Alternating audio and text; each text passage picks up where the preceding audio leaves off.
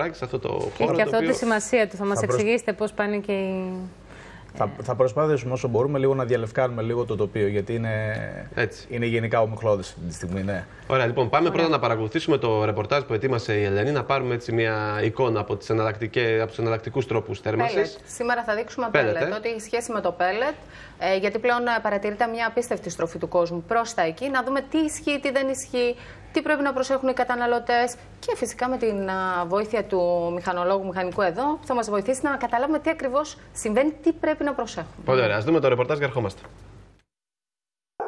Το κρύο μπήκε για τα καλά και παρόλα αυτά η ζήτηση στο πετρελαίο θέρμανσης αγγίζει μόλις το 10%. Υπολογίζεται ότι μία στις 7 οικοδομές έχουν καταργήσει την κεντρική θέρμανση και έχουν στραφεί σε άλλες μορφές θέρμανσης. Από αυτές ένα μεγάλο ποσοστό ζεσταίνεται με τζάκι. Εγώ βρίσκομαι στην πλεονεκτική θέση να έχω και τζάκι στο σπίτι μου και ανάβω και το τζάκι. Έχω πάρει και ξύλα. Η τιμή στα ξύλα όσο πλησιάζουμε στο χειμώνα είναι απαγορευτική. Αυτή τη στιγμή κυμαίνεται στη Θεσσαλονίκη στα 130 με 140 ευρώ ο τόνος, ενώ στην Αθήνα αγγίζει ακόμα και τα 220 ευρώ.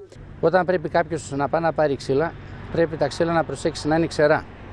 Ή αν πάρει μεγάλη ποσότητα, να κοιτάξει να έχει και ξερά, ανάλογα να βοηθηθούν και οι έμποροι, να βοηθηθούν και οι πελάτες. Το ενδιαφέρον των καταναλωτών φαίνεται να τραβούν και οι ξυλόσομπες. Το τελευταίο τρίμηνο σημειώνουν απίστευτες πωλήσεις και φυσικά δεν θυμίζουν σε τίποτα τις ξυλόσομπες της γιαγιάς. Ξυλόσομπες που καίνε πέλετ, την μπρικέτα και μας εξασφαλίζουν ακόμη και ζεστό νερό, αντικαθιστούν τη βασική θέρμανση του πετρελαίου θέρμανσης. Έχουν πολύ υψηλό βαθμό απόδοσης, 4 με 5 φορές υψηλότερη από αυτή τη σόμπας ξύλου, αφού το πέλετ συγκριτικά με το ξύλο υπολογίζεται ότι έχει 4 με 8% χαμηλότερα επίπεδα υγρασίας. Για ένα σπίτι 120 τετραγωνικών μέτρων, μία σόμπα που καίει μπρικέτα ή πέλετ με τις τιμές να κυμαίνονται από 200 μέχρι 400 ευρώ ο τόνος και 250 μέχρι 350 ευρώ ο τόνος αντίστοιχα, το κόστος θέρμανσης εκτιμάται στο 1/2 από αυτό του πετρελαίου θέρμανσης. Μία σόμπα η οποία μπορεί να στάνει ένα σπίτι περίπου 120 τετραγωνικών κοστίζει 3.000 ευρώ σαν κόστος αγοράς της σόμπας. Από εκεί και πέρα, αν προσθέσουμε και τα κόστη θερμοϊδραυλικού και συντήρησης, έχουμε ένα συνολικό κόστος 3.500 ευρώ περίπου. Το πέλετ που καίει είναι περίπου για αυτά τα τετραγωνικά γύρω στα 15 κιλά περίπου την ημέρα.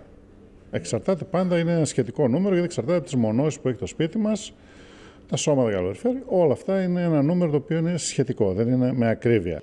Οι τιμές για ξυλόσομπες κυμαίνονται από 1.500 μέχρι και 5.000 ευρώ, με εξτρά 250 ευρώ για την εγκατάσταση. Ένα τζάκι νερού, δηλαδή καίει ξύλα και ζεσταίνει όλο το σπίτι μας. Μπορεί να ζεστάνει σπίτια από 80 έως και 300 τετραγωνικά μέτρα. Ανάρπαστες έχουν γίνει και ενεργειακές ξυλόσομπες, αφού το κόστος είναι χαμηλότερο και έχει χαμηλότερη κατανάλωση. Οι ειδικοί επισημαίνουν ότι οι καταναλωτές πρέπει να είναι ιδιαίτερα προσεκτικοί, καθώς κυκλοφορούν στην αγορά πολλές σόμπες αμφιβόλου προελεύσεως και απόδοσης. Είναι ένα θέμα βέβαια τεράστιο. Συζητάμε εδώ έτσι, ο καθένας λέει τη γνώμη του. Πέλετ. Είδαμε. Πέλετ μπρικέτα. Πέλετ μπρικέτα. Και όχι μόνο. Επιλογή πολλών πλέον, Ακριβώς. Όχι μόνο λέβητες, έτσι. Έχουμε και σόμπες που λειτουργούν. Δεν είναι απαραίτητο δηλαδή να μπούμε στη διαδικασία για αντικατάσταση, για μετατροπή του λέβητα πετρελαίου θέρμανσης και να μπούμε εξτρά σε νέο κόστος. Έχουμε και τις σόμπες πέλετ μπρικέτα. Έχουν απίστευτη ζήτηση, Βασίλη. Δηλαδή, πέρσι θυμάστε, είχαμε αφήσει στην άκρη το πετρέλαιο θέρμανσης στα ξύλα. Φέτος μπαίνουμε στη διαδικασία πέλετ μπρικέτα και προσπαθούμε να βρούμε άκρη. Τελικά να δούμε. Τι μας συμφέρει, κύριε Γραμματικόπουλε, γιατί πολλά ακούμε. Παίρνει ο κόσμος τηλέφωνα, ρωτάει, οποιοδήποτε και μπορεί να πει. Και εσείς τις απορίες σας τώρα να διαβάζουμε τα SMS, έτσι, γιατί έχει ενδιαφέρον. Οποιοδήποτε, λοιπόν, ο οποίος είναι ιδιοκτήτης ενός μικρού διαμερίσματος, του λέει ο ειδικός ότι μπορεί να κάνει αυτή τη μετατροπή λέβητα πετρελαίου θέρμανσης σε πέλετ. Πόσο εύκολο είναι αυτό, γίνεται? Καταρχήν να τα διαχωρίσουμε λίγο, να πούμε λίγο για κάποια μικρότερα διαμερίσματα, για κάποια ίσως μεγάλα διαμερίσματα, ας πούμε δηλαδή για 50, 60, 70 τετραγωνικά, γκαρσονιέρες ή 100 τετραγωνικά και ας πούμε για σπίτια τα οποία βρίσκονται περιμετρικά στη Θεσσαλονίκη ή στην επαρχία. Γενικότερα σε σπίτια τα οποία είναι διαμερίσματα και υπήρχε παλαιότερη χρήση πετρέλαιο θέρμανσης σαν κεντρικός λέβητας, είναι πολύ δύσκολο να αντικαταστήσουμε και να βάλουμε για ένα μικρό διαμέρισμα, να βάλουμε δηλαδή στο μπαλκόνι. Παγορεύεται γενικά αυτό και δεν προβλέπεται σε συνήθεις καταστάσεις να βάλουμε ένα λέβητα πέλετ, ο οποίος λέβητας πέλετ καταρχήν χρειάζεται αντικατάσταση. Γιατί θέλω λίγο να τονίσω αυτό ότι δεν γίνεται να πούμε ότι έχουμε το λέβητα πετρελαίου και απλά κάνουμε μια μικρή μετατροπή. Πρέπει να αγοράσουμε λέβητα πέλετ. Ακριβώς. Και καινούριο καυστήρα και πρέπει να υπάρχει αντίστοιχα. Είναι κάτι διαφορετικό. Χρειάζεται η δεξαμενή αποθήκευσης, χρειάζεται χώρος. Αυτό είναι κάτι από τα κατά που λέμε καμιά φορά για τους λέβητες πέλετ. Για ένα μικρό σπίτι, λοιπόν, υπάρχουν λέβητες πέλετ, οι οποίοι είναι χαμηλοί. Αυτός είναι ένας λέβητας πέλετ που βλέπουμε, έτσι. Ναι, αυτό είναι το πέλετ. Αυτό είναι το πέλετ, εδώ είναι ένα σύγχρονος ο οποίος έχει και το σύστημα αποθήκευσης μέσα.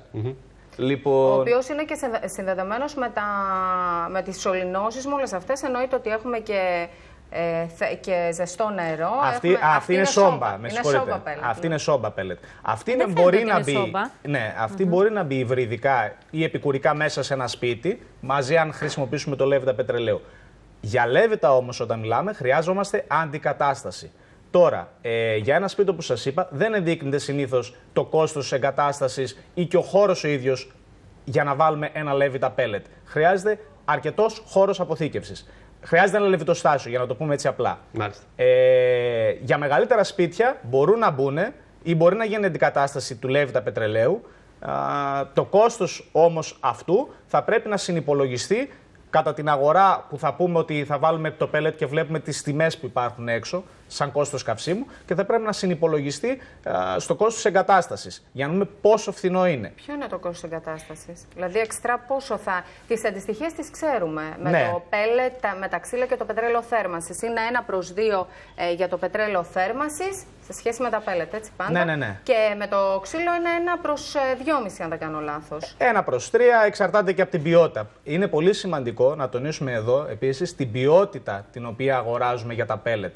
Οι ποιότητες με ευρωπαϊκής προέλευσης, π.χ. αν είναι Αυστρία, Γερμανία, με τις ανατολικές χώρες, έχουν τεράστια διαφορά. Ναι. Αυτό ισχύει για όλες τους εναλλακτικούς τρόπους θέρμανσης. Σίγουρα, αλλά επειδή ο κόσμος πάντα οδεύει προς τις φθηνότερες λύσεις, βλέπουμε και παρατηρούμε ότι πηγαίνει να πάει στην φθηνότερη λύση, αλλά στην ουσία του βγαίνει ακριβότερο, διότι έχουν μεγάλες υγρασίες μέσα και δεν έχει την απόδοση που αυτός περιμένει. Μάλιστα, μικρότερες αποδόσεις. Άρα καλύτερη ποιότητα, καλύτερες αποδόσεις, ενδεχομένως μακροπρόθεσμα να έχεις περισσότερο όφελος. Ακριβώς.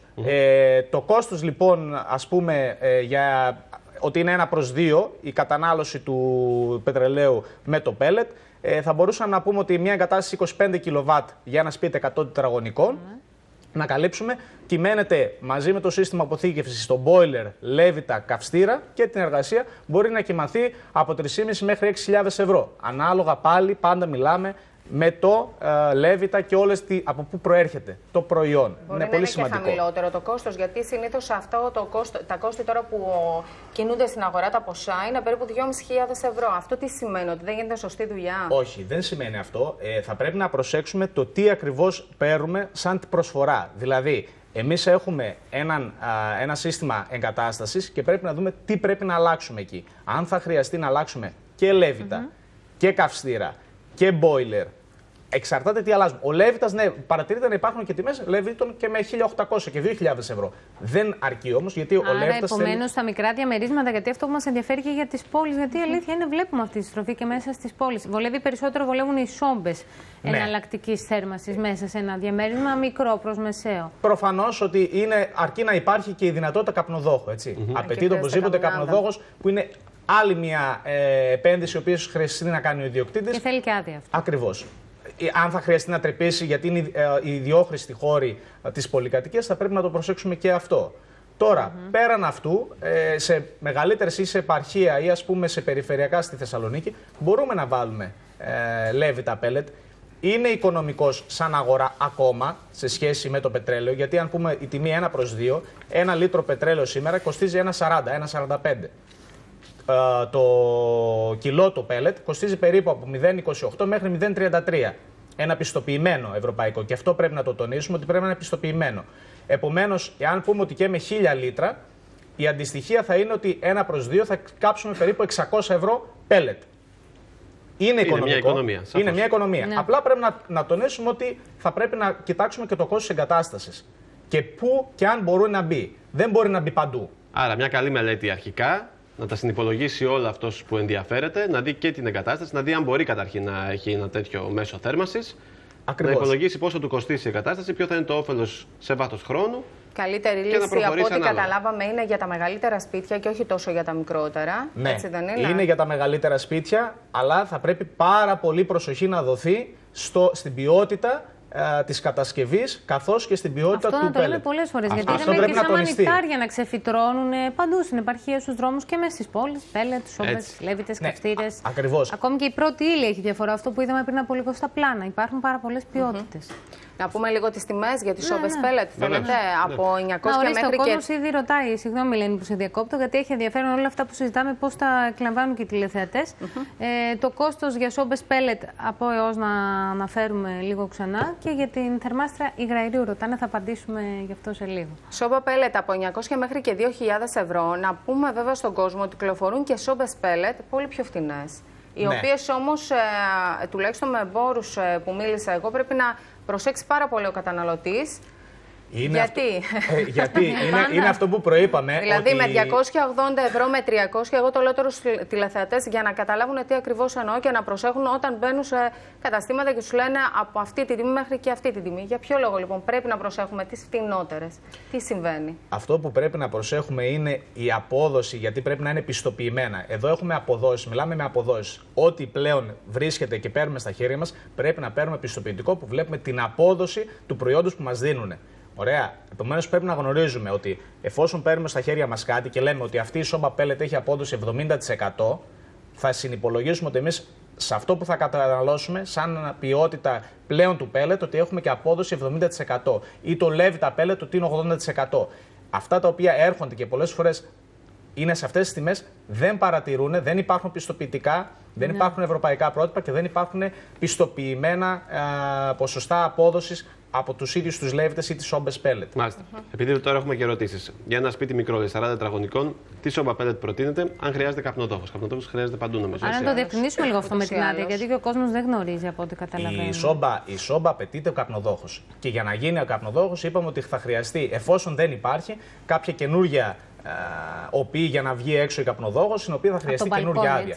Ναι, όχι από τον μπαλκόνι, θα πρέπει να διαφύγει επάνω, να φύγει μέχρι τέρμα επάνω στην ταράτσα. Έτσι, δηλαδή να βγει στο μπαλκόνι και από το μπαλκόνι να φύγει επάνω. Εάν δεν υπάρχει άλλη όδευση. Ναι, προφανώς. Αλλά αυτό χρειάζεται άδεια. Δεν γίνεται δηλαδή να καλύψουμε. Και για μένα είναι λάθος να πάνε ο κόσμος. Τώρα μιλάω προσωπικά, βέβαια, σαν ενεργειακός επιθεωρητής, επειδή κάνω και πηγαίνω και βλέπω τα σπίτια, ποιες είναι οι ανάγκες τους. Είναι λάθος να κάνουν ένα τέτοιο κόστος εγκατάστασης. Θα μπορούσαν να πήγουν σε κάποια άλλη μορφή ενέργειας για να καλύψουν ένα μικρό χώρο, γιατί 40 τετραγωνικά είναι λίγο. Και μια που το λέτε, αυτό είναι και ο βασικός οδηγός, φαντάζομαι. Έτσι, δηλαδή, επειδή είστε ενεργειακός επιθεωρητής και τα ξέρετε καλά, ότι πρέπει πρώτα να δούμε τις ανάγκες που υπάρχουν, οι οποίες είναι διαφορετικές για κάθε σπίτι, για κάθε περιοχή. Ακριβώς. Για κάθε σημείο που βρίσκεται ένα σπίτι, ακόμη και μέσα στην πόλη της Θεσσαλονίκης, διαφορετικές είναι οι ανάγκες, φαντάζομαι. Στο πανόραμα, διαφορετικές είναι οι ανάγκες στο κέντρο. Και όχι μόνο αυτό, είναι διαφορετικές ανάγκες στην ίδια πολυκατοικία, αν είναι ο άλλος στο ισόγειο και αν είναι ο άλλος στον τελευταίο όροφο. Άρα θέλει μια καλή μελέτη αρχικά και μετά να γίνει και η επιλογή του μέσου το οποίο θα επιλέξουμε για να. Οι προτάσεις οι οποίες δίνουν ακριβώς οι ενεργειακοί επιθεωρητές ή εκάστοτε μηχανολόγοι μηχανικοί, εκεί πάνω πατάνε ανάλογα με τις ανάγκες του ίδιου του διαμερίσματος και βλέπουμε τι ανάγκες υπάρχουν για να μπορέσουμε να προτείνουμε στον αγοραστή το τι έχει. Γιατί ανάλογα και με το βαλάντιο πάει. Έτσι, σήμερα ο κόσμος δεν έχει χρήματα και κοιτάει την πιο φθηνή λύση. Σήμερα ήρθαν και μου είπαν π.χ. με 500 ευρώ πώς μπορώ να καλύψω το σπίτι μου. Δηλαδή το ποσό που έχουν και μετά τη λύση. Πάνε με τα χρήματα, ναι, έστω και έτσι. Πρέπει και να τα προκαταβάλεις αυτά. Γιατί έχω αυτό το ποσό, λες, με αυτό. Τι μπορώ να κάνω καλύτερο με αυτό το ποσό. Κάπως έτσι λειτουργεί ο κόσμος. Λογικό είναι αυτό. Μια που σας έχουμε εδώ πέρα για να μην αφήσουμε δυσαρεστημένους και τους τηλεθεατές. Την άποψή σας για τη θερμάστρα υγραερίου, λένε. Η θερμάστρα υγραερίου επίσης χρήζει ειδικής αδείας και αυτό πρέπει οπωσδήποτε να τηρηθεί και θα πρέπει να υπάρχει ειδικό σύστημα αποθήκευσης για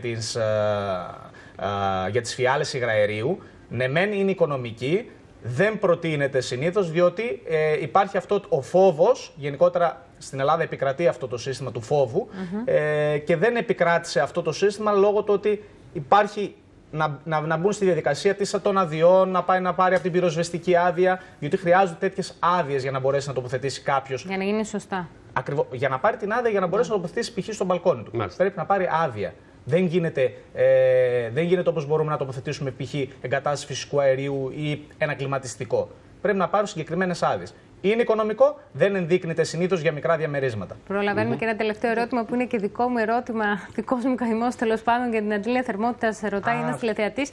Και το θέμα είναι ότι από ό,τι γνωρίζουμε είναι πολύ υψηλές οι τιμές. Εξηγήστε μας λίγο τι είναι και αν μπορούν να πέσουν οι τιμές για να μπορέσουμε κάποια στιγμή να αγοράσουμε. Εγώ θα προτείνω κάτι άλλο. Θα πω ότι μέσα από την αντλία θερμότητας υπάρχει. Θα μπορούμε να πούμε κάτι σημαντικό, ότι σήμερα υπάρχει το εξοικονομώ. Το εξοικονομώ κατοίκον, το οποίο φαντάζομαι το έχετε επαναλάβει αυτό. Το επαναλάβαμε, είναι μεγάλο θέμα. Είναι μεγάλο θέμα. Μπορεί να τοποθετηθεί και να κερδίσουμε από αυτό με το εξοικονομώ κατοίκον. Η αντλία θερμότητας, εφόσον επιλεχθεί σαν μέσο θέρμανσης, είναι αυτή τη στιγμή σήμερα ονομάζεται ο βασιλιάς της θέρμανσης. Για ποιο λόγο? Διότι καταναλώνει σχεδόν το 50 με 60% λιγότερο από ότι το πετρέλαιο θέρμανσης. Τι κάνει ακριβώς και γίνεται αυτό? Γιατί γίνεται αυτό? Έχει ένα πολύ υψηλό βαθμό συμπεριφοράς που λέγεται COP, το οποίο τι σημαίνει? Ότι παίρνει αυτό καταναλώνοντας 1 κιλοβατόρα, ας πούμε, ηλεκτρικής ενέργειας, αποδίδει 4 φορές, το αποδίδει 4 φορές μέσα στο σύστημά μας σε θερμική ενέργεια. Δεν ξέρω αυτό αν είναι κατανοητό. Δηλαδή, είναι σαν να παίρνουμε 400% βαθμό απόδοσης. Τετραπλασιάζει ακριβώς του βαθμού απόδοσης. Επομένως, ένα κόστος των 6.000 ευρώ, ας πούμε, γιατί περίπου εκεί κυμαίνεται για μια καλή αντλία θερμότητας σε ένα σπίτι 100 τετραγωνικών, θα πρέπει να το συνυπολογίσουμε ότι θα έχει ένα χρόνο απόσβεσης, και σας το λέω αυτά με στοιχεία, 3,5 με 4,5 χρόνια. Αυτό που είναι πολύ ψηλό το κόστος. Είναι υψηλές, αυτό. Από εκεί και πέρα όμως θα έχει ένα τεράστιο όφελος, μας λέτε. Ακριβώς. Τεράστιο όφελος πρώτον και σε ποιότητα θέρμανσης. Δηλαδή εννοώ θα είσαι και είναι επαρκές το μέσο αυτό για να. Έχουν βγει. Οι αντλίες θερμότητας είχαν δημιουργηθεί κυρίως για επιδαπέδια θέρμανση. Ναι. Γιατί θα μπορούσαν να γίνουν χρήση και για ψήξη και για θέρμανση. Αν γίνει σε αυτή την περίπτωση, έχουμε τον ιδανικό τρόπο θέρμανσης. Εάν πάμε όμως στα σώματα, για τα περισσότερα σπίτια σήμερα, έχουμε τα καλοριφέρ. Ναι.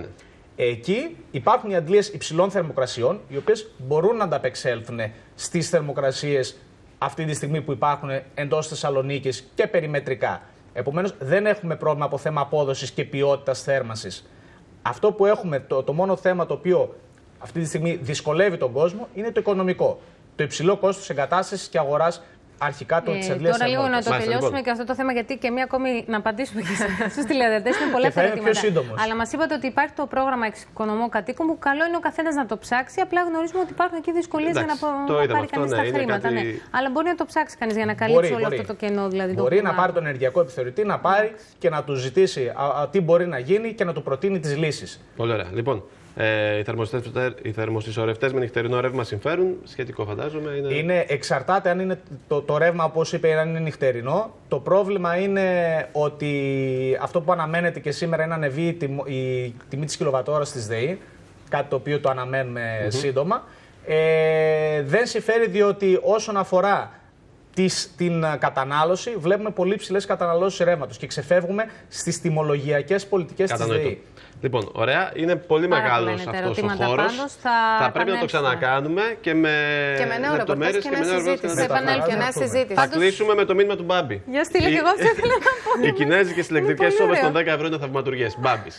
Δηλαδή υπάρχουν και τα κινέζικα που καμιά φορά λειτουργούν και αυτά. Σας ευχαριστούμε πολύ, κύριε Γραμματική. Εγώ ευχαριστώ πάρα πολύ, κύριε Γκασάρα, κυρία Καμπάκη. Να πούμε για το επίδομα, θέλετε. Η Γενική Γραμματεία Πληροφοριακών Συστημάτων ενεργοποιείται πλέον το σύστημα ή αργά το απόγευμα ή αύριο το πρωί. Θέλω να ελπίζω τουλάχιστον το πετρέλαιο θέρμανσης περιμένουμε εδώ και 1 μήνα να ενεργοποιηθεί, να μπορούν να μπαίνουν μέσω του συστήματος για να κάνουν την αίτηση για να πάρουν πίσω τα χρήματά τους. Ωραία, για τον κύριο. Και το ίδιο ισχύει και για τα τέλη κυκλοφορίας. Εντάξει, για τον κύριο επίσης που ρωτάει από χθες και θα πρέπει να το σεβαστούμε ακριβώς για το ποσό, για το επίδομα που λέγεται ότι θα δοθεί από τους Δήμους ανεξαρτήτου θέρμανσης.